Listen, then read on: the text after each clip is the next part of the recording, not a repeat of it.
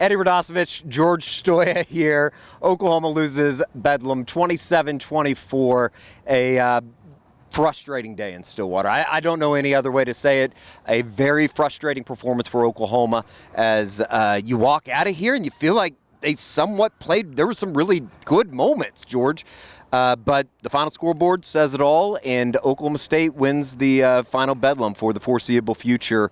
Oklahoma gives up a 97-yard touchdown drive that ends up being the game-winning drive for Oklahoma State. It included 30 yards of penalties on one play. It was Makari Vickers with a defensive pass interference, and then Brent Venables loses his shit on the sidelines. And for the second straight week, it's just almost inexcusable the things that Oklahoma does to themselves that end up costing them a ball game. They blew it, Eddie. Just a disaster, especially in the second half. You know, you think back to the first half, and they screwed around the Javonte Barnes direct snap fumble. Brent said after the game that was supposed to be snapped to Dylan. It was a bad snap. Rahm has another bad snap late in the game. But, you know, they had every chance to win this game in the second half. They go down, they throw an interception to start the second half, but then they get the fourth down stop. The defense was fantastic. If we want to talk about something bright, I thought the defensive performance today, considering how many guys they had out too, was phenomenal. They shut down Ollie Gordon for the most part. They got 2 4th-and-1 stops. They come up with the big interception, Billy Bowman on the trick play. And the offense, once again, let them down, Eddie. I don't know what else to say. They moved the ball well at times, and then they sputter. And it seems to be in the most, worst times for them to do that. And I wish I had a reason for why. Sure. Because even talking to the guys, I asked that question, and I asked Jeff Lebby that, and they don't have an answer. And this football team doesn't have an answer right now. And other than against Texas this year, OU has just been really bad in late game situations when they need to go score to put a game away. They haven't been able to do it. And right now, Eddie, the offense, I maybe this is being dramatic, the offense has cost this football team their season the last 2 weeks. Their inability to score touchdowns when they need to, come up with a big play when they need to, has been baffling, really. I honestly don't know what else to say. It was one of those games. I mean, it was a Bedlam type atmosphere. The crowd was, it was great today. It was great down on the field. It's one of those things, and I think that we're going to be seen as kind of just bitching and complaining for the next couple minutes, but it seems like they just are a little bit lost. They don't have really truly an identity as far as what they are offensively. You found it a little bit today. I thought Gavin Sawchuk, he breaks off the big run, but you dug yourself a big hole. And, the fumble early in the game, it's 7-7. You feel like that Nick Anderson has the big third down conversion, and then all of a sudden you look up and the ball's back onto the ground. I don't really understand a lot of the stuff of what's going on right now within the program. It seems like you go back to what Brent talked about, and Oklahoma beating Oklahoma, and credit where credit is due. Oklahoma State, they won the game today. They did, but OU just let them back into the game time and again, and OSU outplayed them in the first half. Yeah. The second half, Oklahoma in the third quarter was in complete control, and even the fourth quarter, the first play of the fourth quarter is the Billy Bowman interception.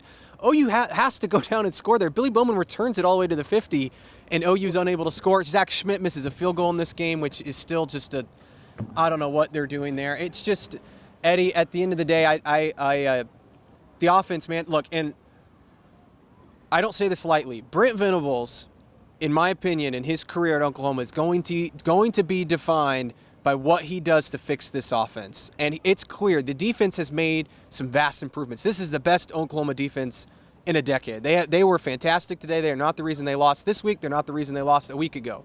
They're the reason they're in all these games. But if Brent Venables can't figure out what to do on offense, and I don't know if that means making a change at play caller, I don't think it needs to be that drastic, but inserting himself in some way to be like, we have got to figure out how to be more consistent on offense. They were averaging 8 yards per play today, but they weren't able to pick up first downs when they needed to. They weren't able to get in the end zone. The other thing I'll throw out there, this is not why they lost the game, But I will say the injury stuff by OSU really threw off the rhythm a few times today, I think, for Oklahoma. The officiating, look, you're not. I thought Drake Stoops got interfered with in the end zone. It was a bullshit no call.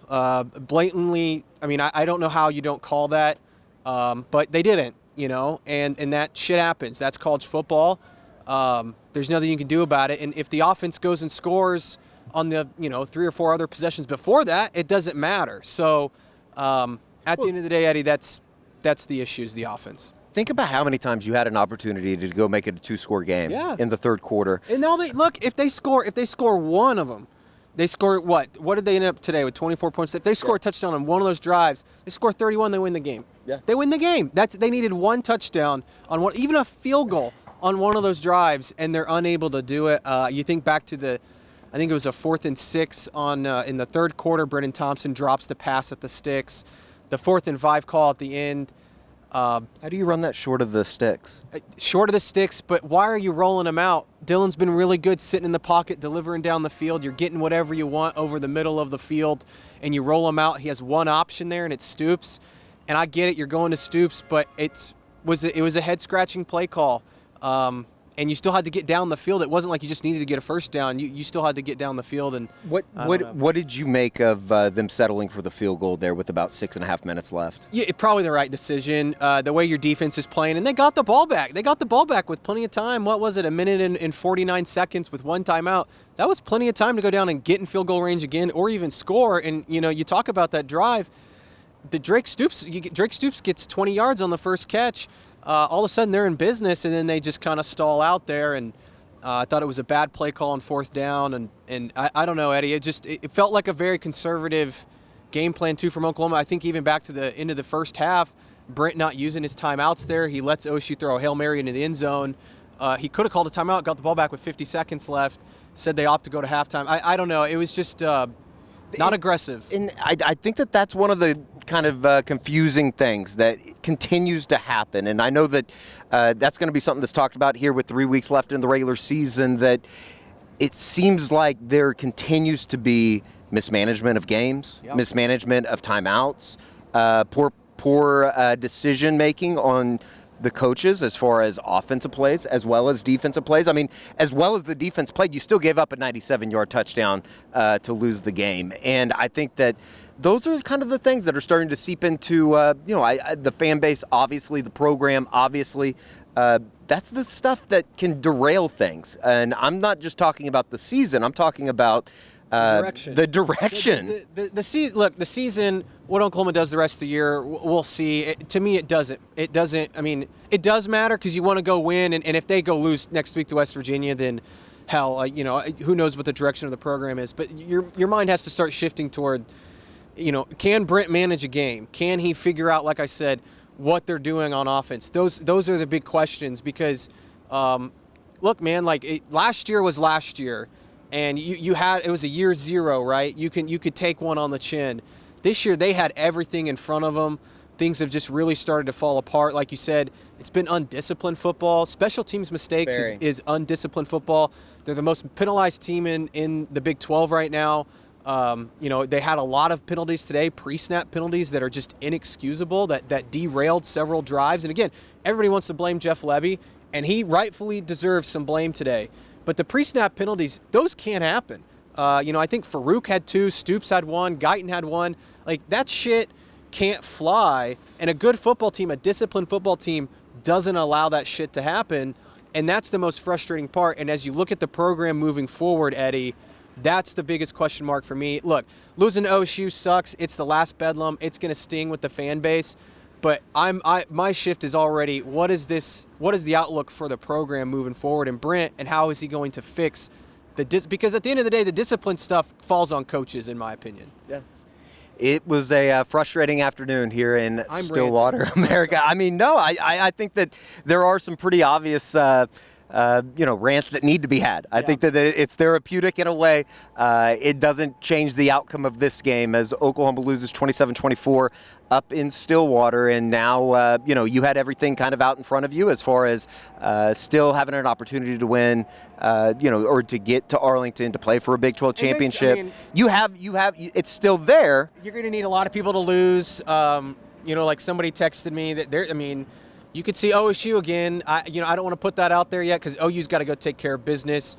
But if Texas loses another game, OU is right back in position to maybe make it. You need Iowa State maybe to lose a game. I think I don't know what the stand. It doesn't matter. OU needs to just go play good football and finish out this season strong, because otherwise it's going to be another offseason full of, is Brent Venables the guy? And I hate to say that. I don't want to be dramatic, but those questions have to be in your head right now when you have 3 straight weeks. Because let's be honest. UCF, they probably should have lost that game. They got a lucky couple breaks late in that game. But this is 3 straight weeks of just really shitty football from OU. I think that'll do it. Oklahoma does lose 27-24. I'm sure that there's going to be a lot of people that hate watch this, that hate both of us, and we'll get great enjoyment out of Oklahoma coming up short today. But it's an undisciplined football team right now, and they are kind of having to learn the hard way, George. I think that's the number one thing for me walking out of here today is that the discipline within the program, it just doesn't seem like it's good enough right now. And obviously the product on the field isn't good enough. And maybe you're just searching, the rest of the year for whatever that feeling was, whatever, happened in the Cotton Bowl. They're going to be searching for that for a long time, because it definitely is, it's not coming back around. So for George Stoia, I'm Eddie Radosevich. We will talk to you on Monday right back here on the SoonerScoop.com YouTube channel.